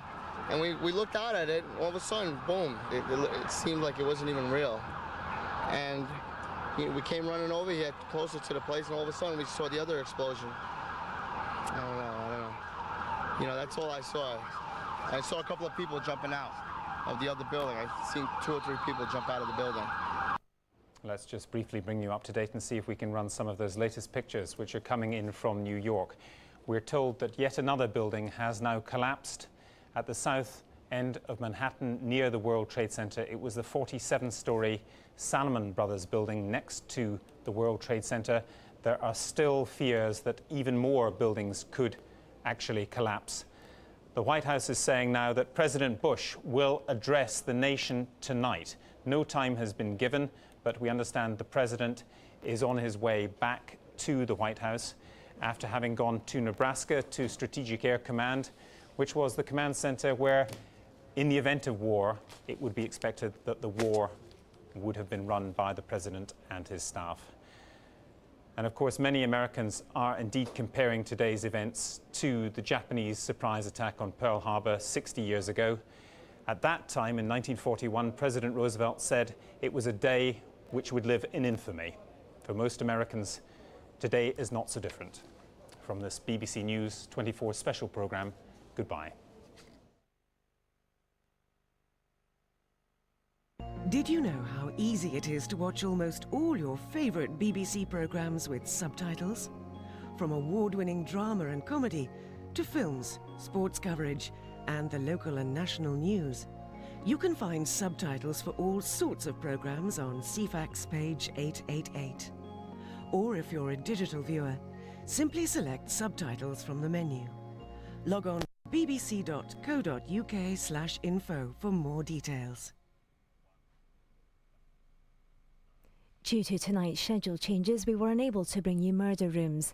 It will return to BBC One next Tuesday at 8:30. 70% of our planet is covered by water, yet we know little about the seas around us. Now a new series takes you further out and deeper down to show you things that have never been seen before. The Blue Planet starts tomorrow at 9 on BBC One. Until now, we've only touched the surface. This is BBC One. Now the BBC News with Peter Sissons. It's 10 o'clock. Terrorists attack the heart of America with catastrophic loss of life. Hijacked planes smash into and destroy New York's tallest buildings. Both towers of the World Trade Center collapse with thousands trapped. Another plane explodes on the Pentagon, mocking America's defensive might. In the streets, panic and the certainty that casualties are horrendous. Tonight, Britain imposes drastic security measures as Blair condemns the terrorist barbarism.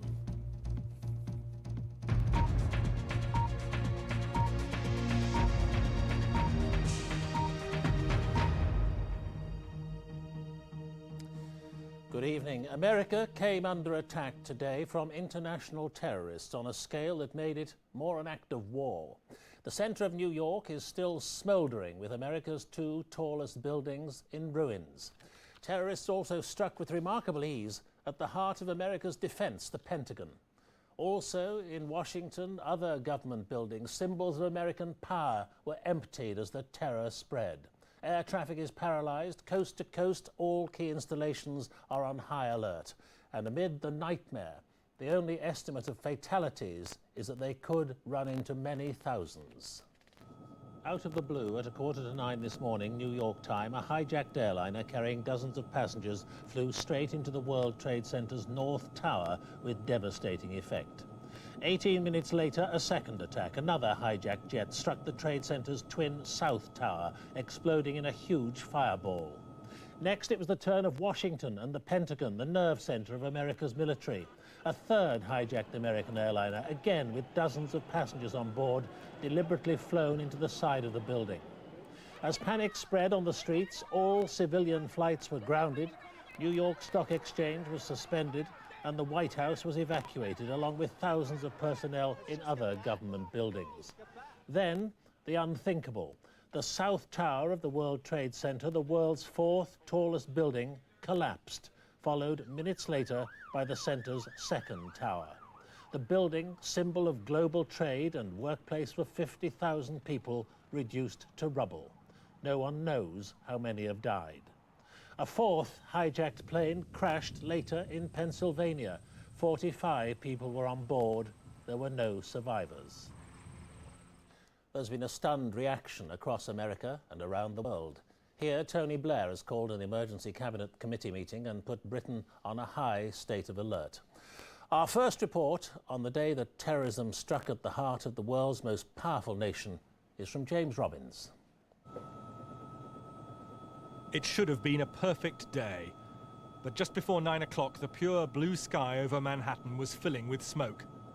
A hijacked American airliner had just smashed into the North Tower of the World Trade Center. No one quite knew what had happened. Surely this must have been a terrible accident. But what happened next showed these were no accidents. A second hijacked airliner, a Boeing 767 with 92 people on board, is flying straight for the other tower.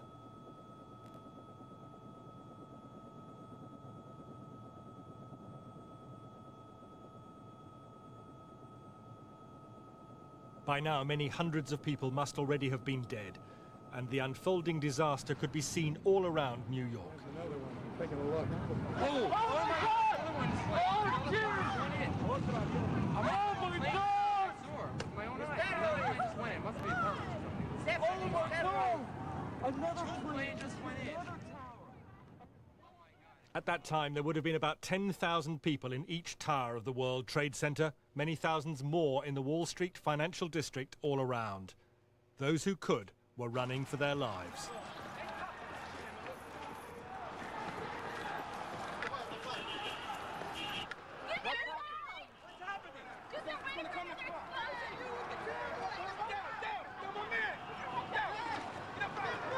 Let's just...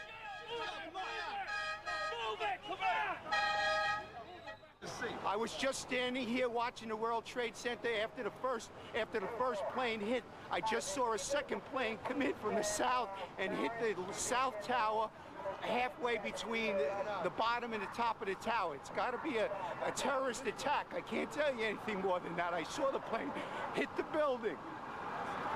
When a big explosion happened, some guy came out, his skin was all off. I helped him out. This is him all over. There's people jumping out of windows. I've seen at least 14 people jumping out of windows. It's horrific. I can't believe this is happening. We heard a big bang, and then we saw smoke coming out, and everybody started running out, and we saw the plane on the other side of the building, and there was smoke everywhere, and people are jumping out the windows. Over there, they're jumping out the windows, I guess because they're trying to save themselves. I don't know. But it wasn't only New York and America's financial heart which was under attack. Now it was the nation's capital, too. In Washington, the Pentagon was hit, headquarters for the armed forces of the world's superpower. A third hijacked airliner, again with dozens on board, had been crashed with devastating results. By now, smoke was billowing around Capitol Hill, and the White House was being evacuated. People were talking of a new Pearl Harbor, someone declaring war on the United States. And back in New York, the nightmare was still far from over. Firefighters were in the basement of the World Trade Center, wondering if the building above was safe. The unthinkable was about to happen. The South Tower, all 110 stories, collapsed, and it was all live on American television. Thanks very much. Completely collapsed. The whole side has collapsed? The whole building has collapsed.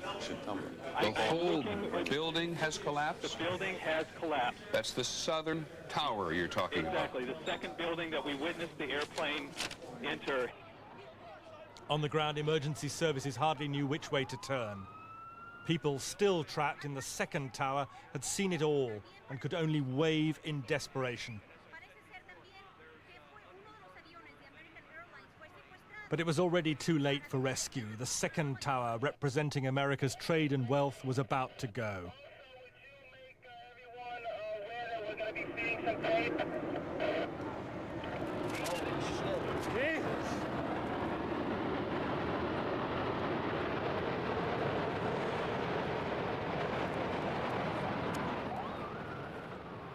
The Twin Towers, which took 7 years to build, had been utterly destroyed in a single morning. The Manhattan skyline and countless lives devastated.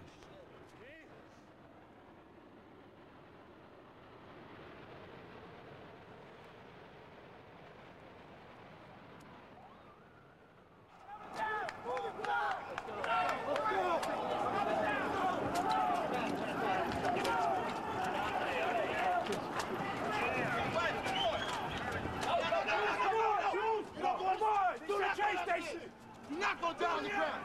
You will get trapped. You will get trapped. Don't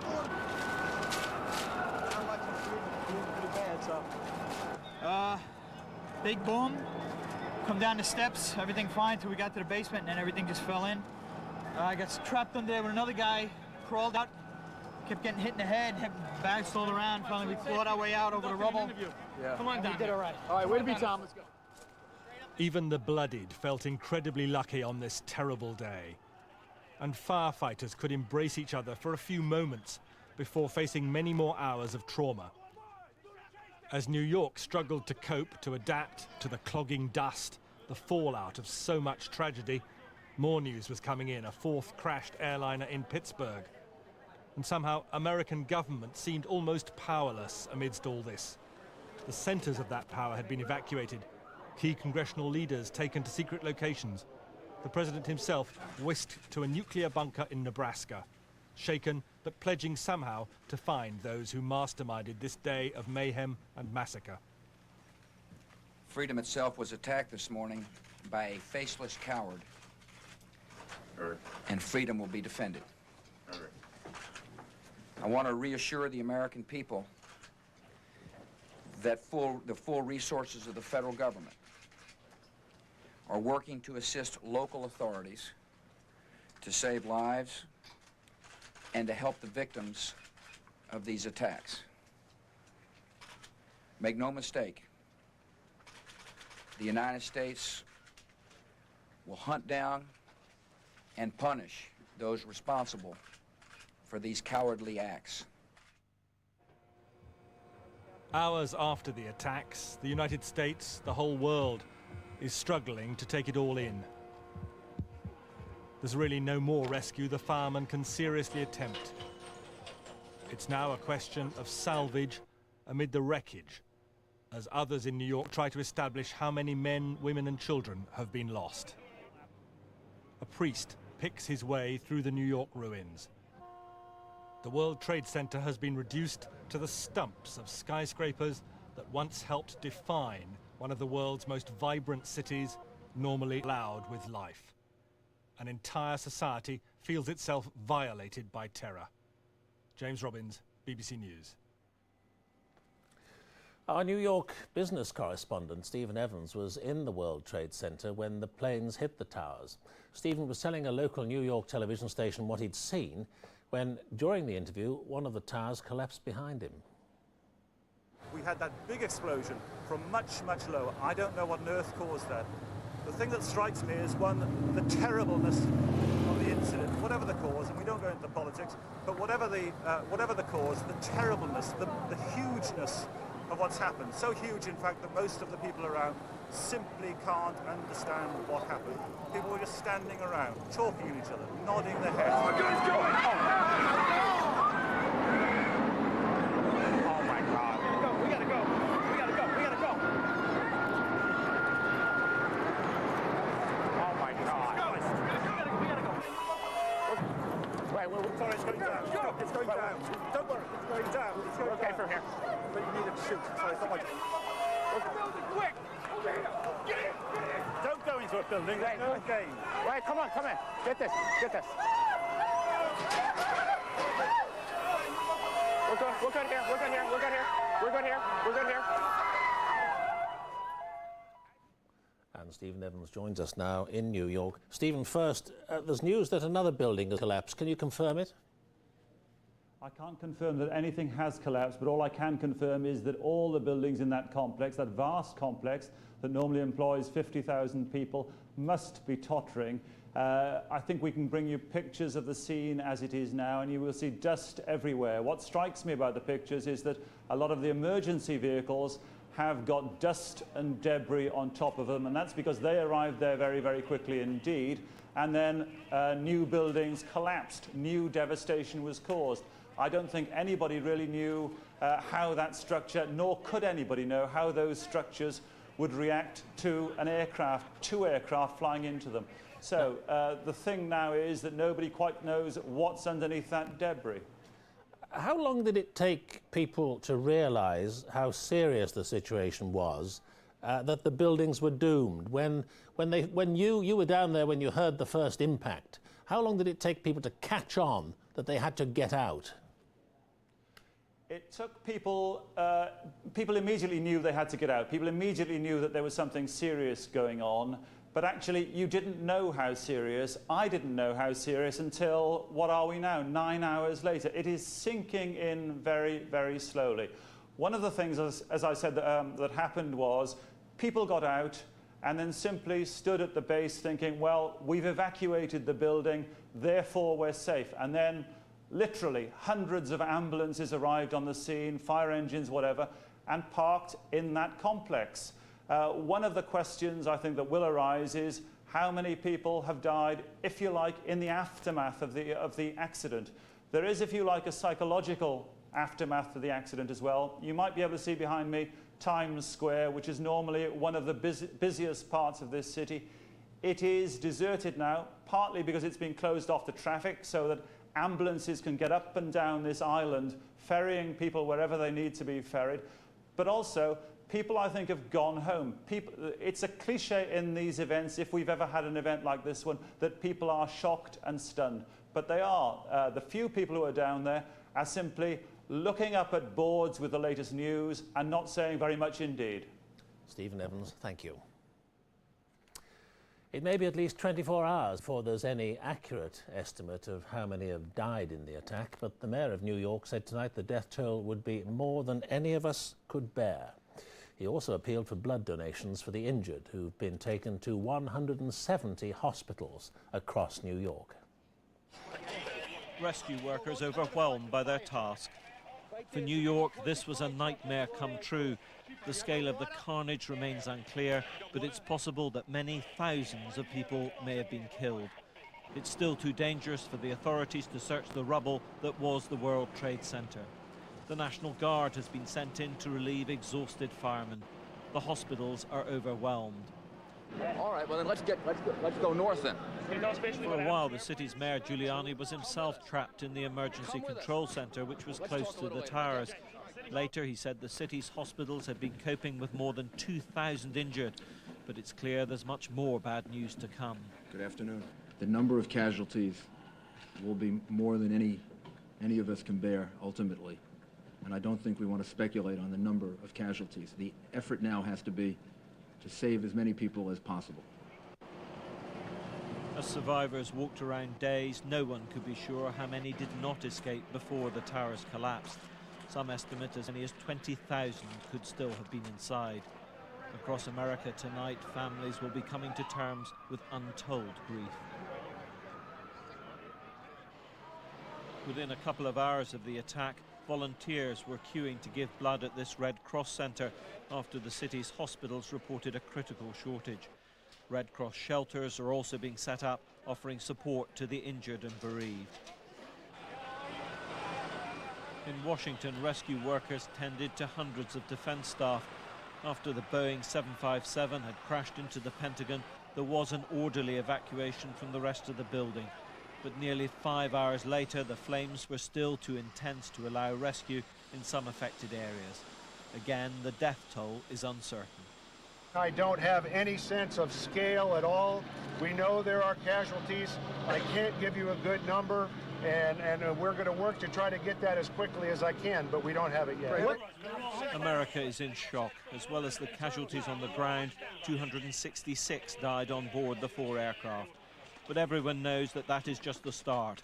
The full horror of what's been done to this resilient nation will take time to sink in. Neil Dixon, BBC News. And I'm joined from Washington by our correspondent Tom Carver. Tom, what news from the seat of government tonight? Is the president back at the White House? Not yet. No, he is flying back at the moment from an Air Force base in Nebraska, where within the last half hour he convened his National Security Council. He was on the phone. Dick Cheney was in the Situation Room underneath the White House with Condoleezza Rice, his National Security Advisor. A number of things came out of that. The National Guard in various places has been mobilized. The borders of America have been sealed, and forces around the world, American forces, are on the highest state of alert. Here in Washington, I should say that it really feels like the Capitol has been sealed off. Air Force One will be the only plane that will be allowed in here for the next 12 hours. Congress has been evacuated, so have all the federal buildings, and behind me here is the smoke from the Pentagon, which is still burning. How is Congress and the Washington establishment reacting? What are they all saying the president should do? I gather he's going to broadcast later tonight. What has he got to say to satisfy them? Well, the mood here, I would say, is a mixture of astonishment and anger. A number of congressmen are calling this a second Pearl Harbor and demanding immediate retaliation. I spoke within the last 20 minutes to an intelligence source, a senior member of the intelligence community, who said, we are at war at this particular moment in our history. Obviously, there are a lot of other people who are also calling for calm but at the moment that calm is not really being felt. Tom Carver, thank you. Worldwide condemnation of the attacks has been swift, and so too have been the denials of guilt. Those responsible will have had money and resources that are available to only a few terrorist organizations, and the focus of the investigation into America's worst breach of security will inevitably fall on Islamic and extremist groups. As George Ekin reports, it will be those responsible for previous attacks on US interests around the world who will come under closest scrutiny. To some, the horror and carnage inflicted on the United States today is a cause of celebration. This was the Arab quarter of Jerusalem, where many showed their approval of a day of unprecedented terror in America's backyard. A claim of responsibility was reported from one Palestinian group, but then swiftly denied. The Palestinian leader condemned the attacks. We are completely shocked, completely shocked. Unbelievable.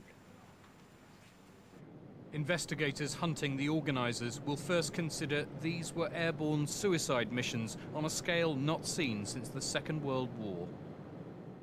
I think it's almost impossible to believe that a hijacker could convince an American domestic airline pilot to commit suicide by flying into the World Trade Center. I have absolutely no doubt at all they had trained pilots. We know in the past that they've had pilots who have been perfectly capable of flying aircraft, and this can only be the only, I think, answer to this. American pilots would not do this, but Arab fundamentalists may well be prepared to. And it's this wealthy Arab fundamentalist that American officials are already naming as an immediate suspect, Osama bin Laden. He controls and finances Al-Qaeda, an umbrella network of Islamic militants, and he's vowed to destroy the United States. Bin Laden is accused of masterminding a string of attacks, including the US embassy bombings in East Africa 3 years ago, which killed more than 200 people. In retaliation, the Americans fired cruise missiles at training camps used by bin Laden in Afghanistan. They put a $5 million price on his head and led a worldwide crackdown on Al-Qaeda. Afghanistan's ruling Taliban, which continues to offer bin Laden sanctuary, insists he isn't capable of carrying out attacks like today's. But bin Laden is suspected of involvement in the last attack on the World Trade Center 8 years ago. 6 people died when a bomb exploded in an underground car park. His associate, Ramzi Youssef, was jailed for that, and for plotting to blow up a dozen American airliners over the Pacific, a plan which in some respects foreshadowed today's terror. While the possibility isn't being excluded, no one's suggesting that the devastation of such high-profile international targets like the Pentagon and the World Trade Center is domestic terrorism. The sophistication of today's attacks, with highly trained perpetrators